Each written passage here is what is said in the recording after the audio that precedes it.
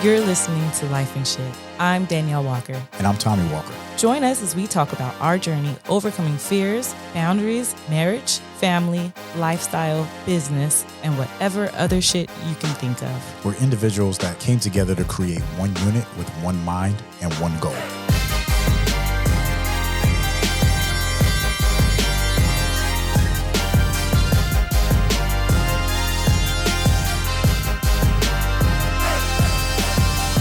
Hey, baby. What's going on? How you doing today? Outstanding. That's what's up. I got a question for you. Hit me. Are you a product of your environment or circumstances? I would definitely say I'm a product of my environment. Circumstances have been pretty good for me growing up as a kid, but my environment, and I would say let me explain that, because my environment was pretty stable. Like, we lived in the same neighborhood. We grew up in the same house for the most part. Like, my dad went to the same schools I went to. That's cool. And him and my mom was together for a long time. Everybody in the neighborhood knew my family. So it was small town, but like small town feel, but in the hood, right? It was. Yeah. I mean, we're in Queens, Far Rockaway, Queens. Yeah. Nothing small town about it from a perspective of if you think about middle America. But everybody knew the Walker family. True. You know what I mean? What would you say? I was definitely a product of circumstances because we didn't stay in the same place. We were always traveling, not really traveling. I was about to say, you made traveling seem very cool. Like, oh, your dad was in the military? No. We had notices on our door a lot and had to relocate quite often. Gotcha. But, because of that, it taught me not to hang on to certain things. I'm able to let go. So I am definitely a product of my circumstances. I lived in different places, so I learned different things like hair care, or like how different people take care of their hair, different languages, different ways of talk, different food, different cultures. And that's definitely because of the circumstances that I was put in. That's funny, because you say you learned different ways people took care of their hair, different food, different culture.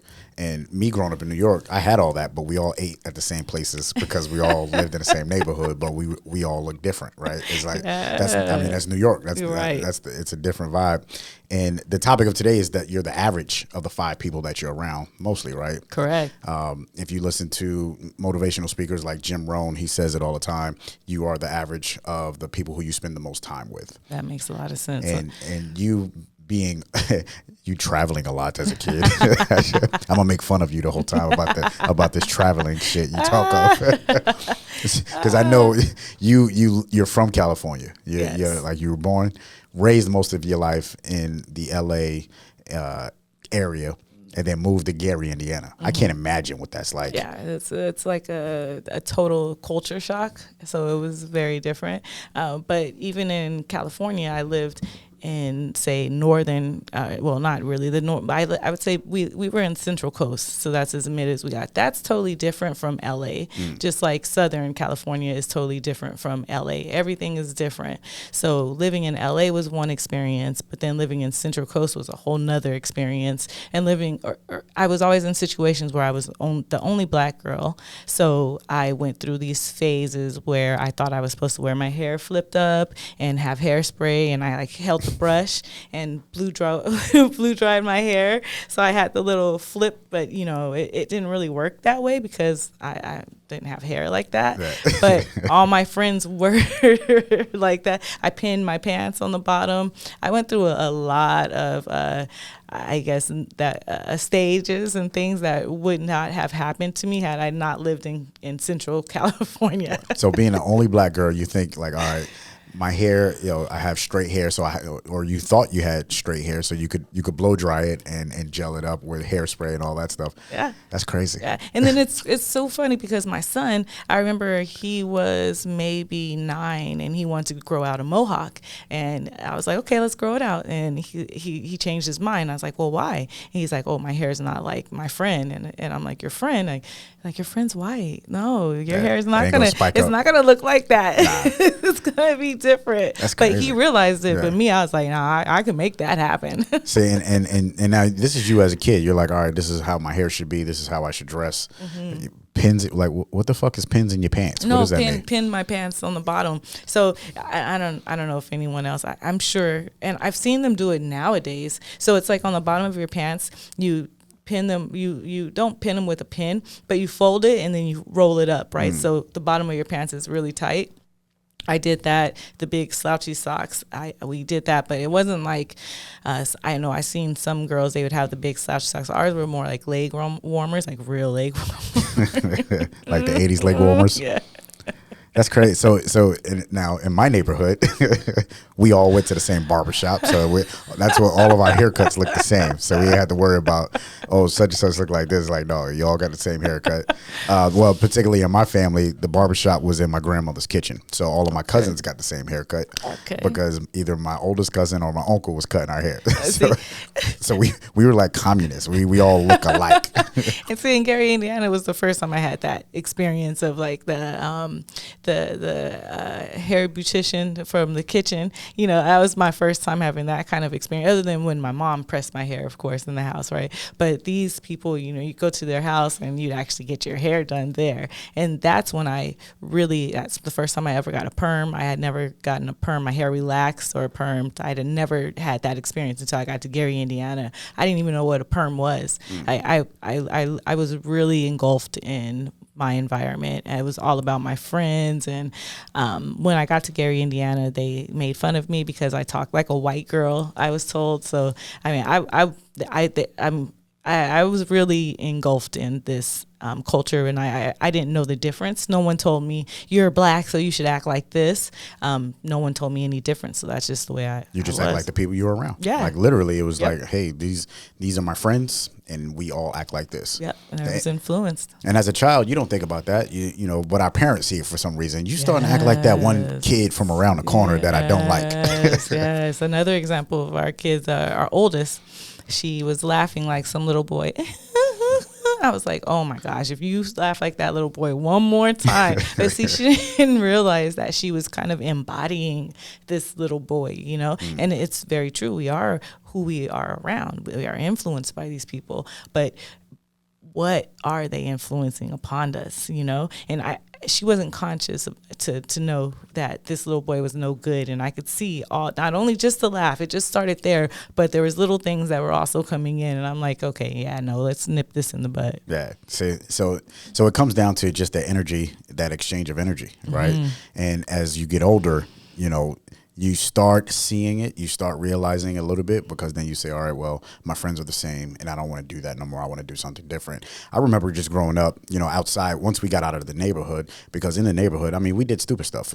If we were the kids from the neighborhood, so we did everything kids in a neighborhood would typically. So if you're listening to this, you don't see me, I'm doing the air quotes right now. so kids in the neighborhood throw rocks. I threw rocks. You steal bikes. You just did stuff that people expected from you because all of us in the neighborhood would do it. And if you got caught, why did you do it? Well, everybody's doing it, right? It's like it's that's what we do. That's true. So then you get older, and then you go to different jobs, and then what do you do? So like if you're a cop, you hang around cops, right? Because nobody understands cops. You're in the military, you hang around military folk. Yeah, it's true. It's true. No one understands. And it's a trip, because in those kind of environments, you become a cop and then you're in this world. And now, yes, you're right. Like even us in trucking and getting into the trucking world, then you find yourself around other people who are in this trucking world. But when it comes to friends and people who you can choose to be around, one thing I've never done is actively chosen my friends. I'm always a person that in that aspect I think is very still circumstantial, where it's like, oh well, we met and now it's one of my good friends, Anna, who I I met maybe 10 years ago and still friends today. We met by circumstance because someone spilled a drink and it landed right like almost on us. And she went off on the person in Spanish above us. And we have been friends since then by circumstance. Something fell and she just happens to be my friend. I've never chosen my mates. So we were circumstance. Oh, have you heard the game? I need to hear this episode, then you know. No. That it was a circumstances. That was a choice. It was circumstances. It was the time of the place where we were, and well, I'm just saying that I wasn't like you. I want you to be my man. I wasn't like that, and I've never been. I beg to differ. Oh, okay. Let me listen. I remember a few stories where it was like, oh, I like the way he's dressed. Oh, that doesn't mean I wanted you to be my man, though. I like the way he's doing this move right here. Yeah. You was watching me. I didn't go after you though. Oh, well, because you was a lady. Yeah. As a lady, you had to be courted. Have you, other than your mates, have you ever like picked out or chosen or thought like this is someone who I want to be around? So I made a decision in my most recent evolution of who I am today to be mindful of who I'm spending the most time with. And who I spend the most time with, I realized, actually, let me change that. I realized I started acting like the people I spent the most time with. So even when, when we had different business partners, you're hanging around with people in different cultures, all of a sudden, you start doing the things that they do. And when I became observant of that, I was like, I'm drinking whiskey. I'm drinking Jameson whiskey to be precise. I've never drank whiskey. I've never drank Jameson. So true. Never ever had I either. Yeah, and then all of a sudden, it's because it's who you're around. And one of the things I always believe in too is, point. if you look at who you're around, right? If they are always broke, and I'm not saying look at every single friend and start calling people out. By all means, do not call anybody out. But what I'm saying is, if you're looking at your friends and everybody that cries broke, not poor, because there's a difference. If you're crying broke, and then you may occasionally so many times a month, you're like, oh, I'm broke. It's a reason why. It's who you're around. You know what I mean? Right. It's the mind. It sinks into your mindset, and then it sinks into who you are. Yeah. That's true. I'm glad you made the difference between broke and poor very plain, because there's a big difference. When you're broke, you still have a house and still have a home and your lights are on. You just can't go buy that extra bottle of wine or those extra things when you're poor. And I can contest because I've been there. It's when you can't buy tissue. Exactly. And you got to do other things, or so yeah, that's a whole nother story, right? Yeah, when you're broke, you don't get cheese on a hamburger. Yeah. When you're poor, you don't get the hamburger. It's just bread. It's a huge difference. So I realized, that because we say this all the time, for years, our friends have changed over the years, right? And depending on where we were. So when I was an employee with the major corporation, we hung around all of my friends that were there. True. And I guess kind of like how you said, that was a circumstance. It was, like I said, when you're around cops, you hang around cops. Yes. So at this particular job, I was around these people. So then, therefore, we became friends because our relationship was work first. Very true. And then outside of that, we built the commonalities or whatever it was, and then we spend more time together, and then you start acting like each other, right? Yeah, that's very true. And so that changed over time, and the group of friends that we had changed as we changed. Very, very true. It's in the beginning, I remember I worked at the hotel and they had all kind of different events, and they had parties where you get together, like company events, and then your family gets together and then you meet everybody. And then I worked at a bank and it was the same thing, and we got really close, and I'm actually still friends with people that I worked with at that bank. But you're very right. Those friends kind of dwindle after you leave that organization, or you are no longer that partner, or you're no longer, So yeah, definitely after us having our discussions and talks about being influenced by people and actually knowing, because even when our kids were going through those situations, I really didn't understand how they were affected by and influenced by people, and how that truly matters. But now I am actively looking for people. I'm kind of I would rather be by myself or with you or with my family type person.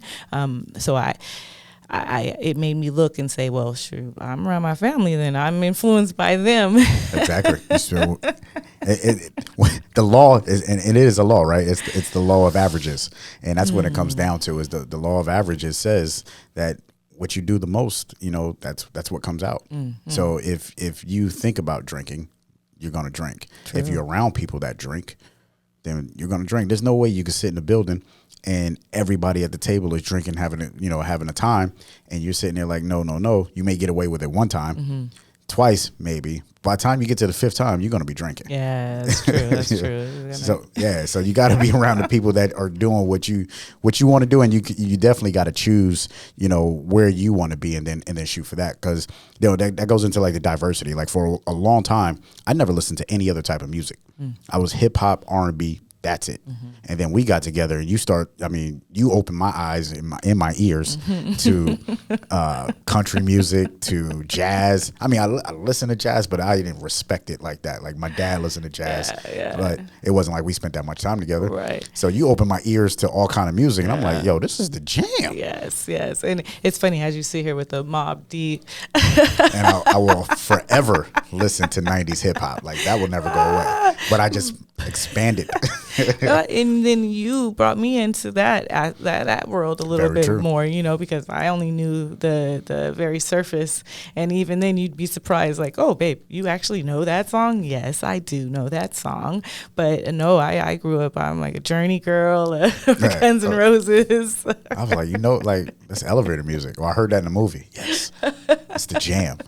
And again, that's definitely the people and the places and the circumstances that I was put into, where people that I was around, they didn't listen to hip hop, they didn't listen to rap, they didn't listen to any of that. It's not that it was ever frowned upon when I was growing up. It wasn't that. Only I do remember thinking or listening or hearing, because at the time I was in Gary, Indiana, NWA, and that was when it was coming out here. But in Gary, Indiana, people were just kind of like, what is all this? And, they were definitely afraid of the police. So it wasn't, in those times, it was a whole different era. But anywho, so I didn't know much about NWA either until I moved back over here. Yeah, because you're like, this is California. Yeah, the Midwest got a totally different vibe. Yes, it's a totally different vibe. Yes, and it opens you up, right? And I think you living in the Midwest and living on the West Coast, you've seen the difference in just people, culture. I'm sure from watching movies to reading books, and you have a particular type of book that you like to read. Yes. And we've had this discussion, and I have a particular type of books that I like to read.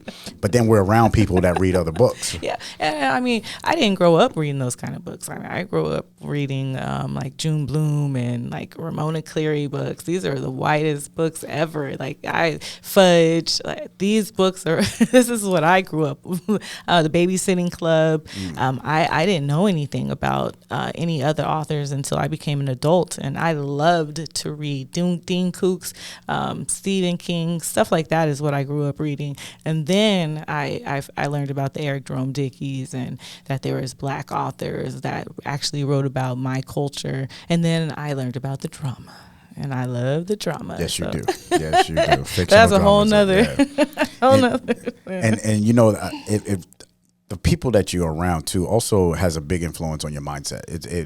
If it makes you a courageous person, a brave person, if you're around a bunch of scary people, if you really look at it, you're going to be scary. You know what I mean? If you're sitting in a room and you're with your closest friends, and look at your closest friends, not some associates, people that you consider associates, but the people that you're like, no, these are my ride or dies.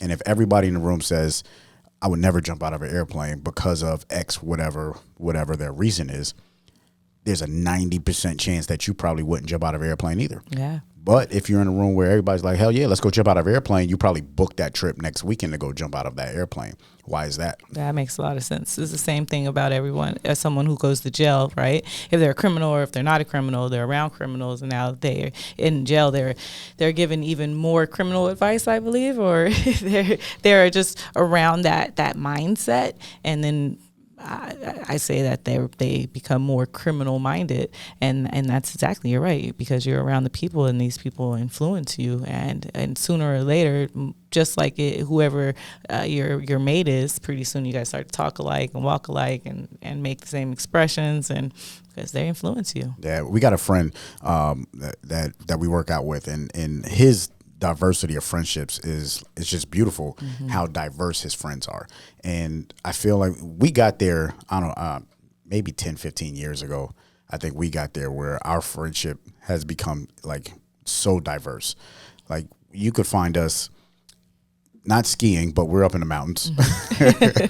I haven't crossed that path yet into skiing, but we'll go skiing, and then we'll be at the movie theater. We'll be jumping out of airplanes, all kinds of things. In Mexico, in Tecate, we're hanging out on a reservation, bringing in the spring equinox. Where we don't speak any Spanish and they don't speak any English. and then we'll go and work out. It's like, so if you diversify the people that you're with, then you diversify your experiences. And that's really what it comes down to, is how diverse is your experiences and how diverse, is the lifestyle that you're living. You know what I mean? Because what you see is what you get. If you see it, it becomes real, right?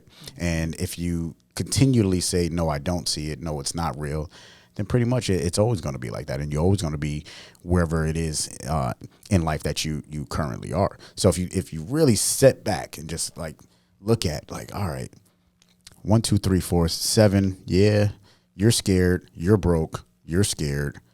You're okay. I don't know about you. And then there's me. Right. And then look at what's going on. That's pretty much where we are. If you don't work out, more than likely none of your friends work out. That's true. It's like these people are an example to us, right? There are different examples, and there's good and then there's bad examples. But no matter what, the example is a powerful influence to us. It's an example of how you could be, an example of how, you should be in your mind, but it's all an example, and it's a powerful influence. And one of the toughest things is like, this is not anything that you're taught, right? So when you're in class, when you're in school growing up, like you said, you're around the people that you kind of, first it starts with the person that you're next to, right? And then you grow that relationship. But you're not taught that we should go out and diversify and be around people that are completely opposite of us, or, not doing what we're doing. That's the only way we're going to learn anything. So looking out for mentors and accountability partners, I think accountability partners is where it really helped me get into a world where I was like, it's not about, because my friends are going to do, they're my friends. They agree with me. They do what I do. But an accountability partner says, no, fuck that, Tommy. That's not what you're supposed to do. Or that's not what you told me you were going to do. So let me hold you accountable to what you promised. You promised it to me, but it was for yourself. Right. So my friends, I could promise something to my friends and they'd be like, well, try it again next week. And they're like, all right, yeah, you're right. I'll try it again next week. So from a mentor to accountability partner, that's a part of diversifying, the people that you're around too. And if you spend more time with them, and at the end of the day, it's not about who your friends are, it's who you spend the most time with. So it could be friends, family, like you said. If you spend most of your time with your family and nobody's working out, you're going to get the same results. That's very true. And that's a good point to put it out there as well. So it's like mentors. I know I've been someone who I'm always around people who are older than me or have more experience in life than me. And I love that. And I love spending time with them because they have different experiences and they can show me differences, and they're not like me. They're totally different than me. And those are the people that I do like to spend my time around. That's it's influential, and then it's my cousin actually told me this a couple of days ago. He was out here hanging out with me. It's a push pull. Mm-hmm. He's like, if you're pushing, then you want the pull, and if you're pulling, you want the push as well. So it goes back and forth. And as humans, we have to we tend to give negative credit to things that we have no control over, right? So whenever things are going wrong, we blame the government. And whenever things are going wrong, we blame our jobs or, whatever the big thing is that we'll put blame on. Negative but then credit. I like that. Yeah. But when things are going well, who are we giving credit to? Mm-hmm. you got to be real with yourself. If the government and your job is only negative credit, and then things are going well, all of a sudden you're the winner. Yes. Who gets that credit? like you got to be fair. You know what I mean? It can't be like, oh, I'm only going to blame these people when things are going bad, and I get all the credit when things are going good. If things are going bad, it's on you too. Yeah, that's true. It's just like you can't blame your mom, or like you say, before we have to talk about if someone's a serial killer, then we're like, oh, their mom did a bad job, or if they're suck. Yeah, or if they're a famous football player, it's like, oh, their mama did a good job. And in reality, all their mom did was have them, and they were influenced by the people who they were around, and that's the story that's not really told, right? Exactly. Yep. That's very true. It goes back to that old saying of it takes a village, right? It takes us. So who's in your village? And one thing that I've been following lately is the tribes. Like, who's in your tribe? And if you make the decision to say, on Monday, Wednesdays, and Saturdays, I get with these group of people, just make sure that those group of people are in line and in the same lane that you're either trying to get to, or you enjoy being a part of. I had a meeting today with a gentleman, and he said the same. We was going back and forth about the average of the 5, and he said, I'm trying to be the bottom of that average. So if I'm in a room with 5 people, I want to be the lowest person in there, and everybody else is either in his world above. So they're feeding you. Exactly. They're eating from you. You're not. You're eating from them, and they're not eating from you. Yeah, and don't look at it as a superior, like they're superior to you. You know what I mean? And don't never feel like that. Oh, like I'm an inferior person. Because there is a time in our culture as Black people where we were taught to be inferior. Like everything about us was, you're nothing. And I don't want anybody to take the wrong mindset that way. It's just, I just want to learn so much more. I don't want to be the smartest person in the room, because therefore then I'm not learning anything. Yeah. You know what I mean? Yeah, that makes sense. It leads to like my final thought, which is, if everyone was to jump off of a bridge, would you, right? You shouldn't be around people who would jump off a bridge, is my response to that. You should be around people who want to start a business. That's a great final thought. And that's, I want to stay there for a minute, because that old saying, my parents said it to me, but living in New York, it was either a bridge or a building, right? If somebody jump off a building, you living it, like, we grew up in the projects, right? So everywhere was a building. It's like all your friends, and I, like I said, well, we all did it, Mom. Well, if everybody jumped off the building, would you do it? Obviously, no. I'm not stupid. So that's a great final thought. Don't be around those people. If everybody is building a business, would you do it? Well, yeah, I guess so. Like, that makes sense. Be around those people. My final thought is just be the average of your best self. You know what I mean? That's at the end of the day, when it comes down to is, we all want to be our best self. So just take a seat, look at, who you are and who the people that you're spending the most time, and be the average of that best. And once you get there, the sky's the limit. I love it. I love you. I love you. This is Lyfe Shyt. Do us a favor. If you enjoyed this episode, please subscribe. Leave a review. Let us know what your thoughts are. That's the only way that this show is going to be successful. And we appreciate you. Talk with you next time.